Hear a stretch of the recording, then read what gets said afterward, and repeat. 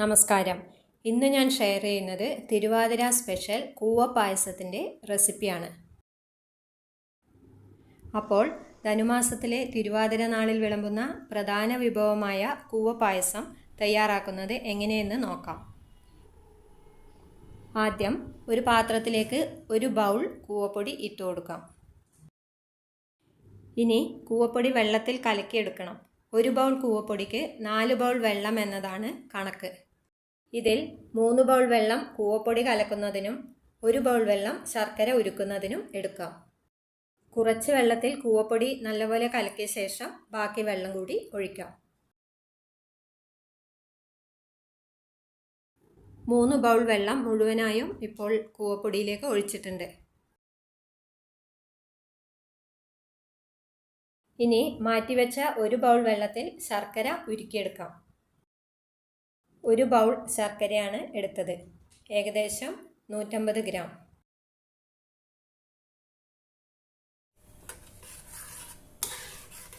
ശർക്കര പാനി റെഡി ആയിട്ടുണ്ട്. ഇത് അരിച്ച് വേണം കൂവപ്പൊടിയിലേക്ക് ഒഴിക്കാൻ. ആദ്യം കൂവപ്പൊടി കലക്കിയത് അരിച്ച് ഇതിലേക്ക് ഒഴിക്കാം. ഇനി ശർക്കര പാനി അരിച്ച് തണുക്കുന്നതിനായി മാറ്റിവെക്കാം. ശർക്കരപ്പാനി നല്ലപോലെ തണുത്ത ശേഷം അരിച്ചു വച്ചേക്കുന്ന കൂവപ്പൊടിയിലേക്ക് ഒഴിച്ച് നല്ലപോലെ മിക്സ് ചെയ്തെടുക്കാം.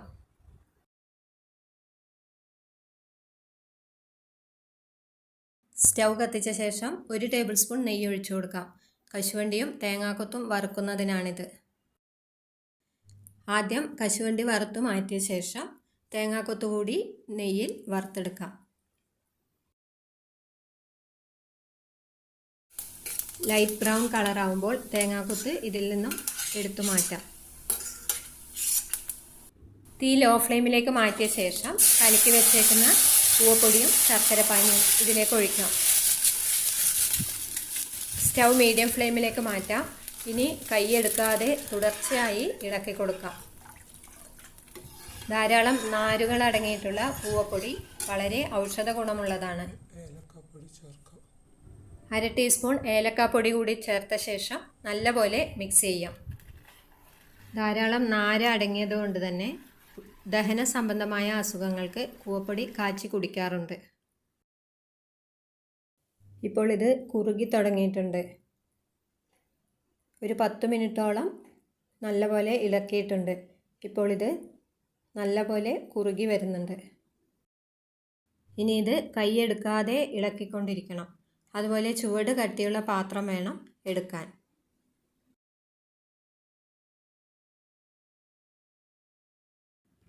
കൂവ വരകിയത് നല്ലപോലെ കുറുകി നല്ല തിക്കായി വന്നിട്ടുണ്ട്. ഇനി ഇതിലേക്ക് നമ്മൾ വറുത്ത് മാറ്റി വെച്ചിരിക്കുന്ന കശുവണ്ടിയും തേങ്ങാക്കൊത്തും ഇട്ട് നല്ലപോലെ മിക്സ് ചെയ്യാം.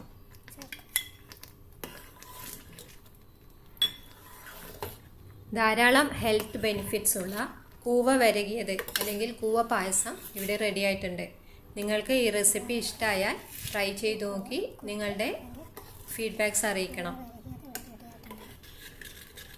കുഞ്ഞുങ്ങൾക്ക് കൊടുക്കാനായി നെയ്യ് തടകിയ ഒരു ബൗളിലേക്ക് ഇത് ഒഴിച്ചു കൊടുത്താൽ നല്ല ഹൽവ പോലെ കട്ട് ചെയ്തെടുക്കാൻ പറ്റും. വീഡിയോ മുഴുവനായും കണ്ട എല്ലാവർക്കും എൻ്റെ നന്ദി.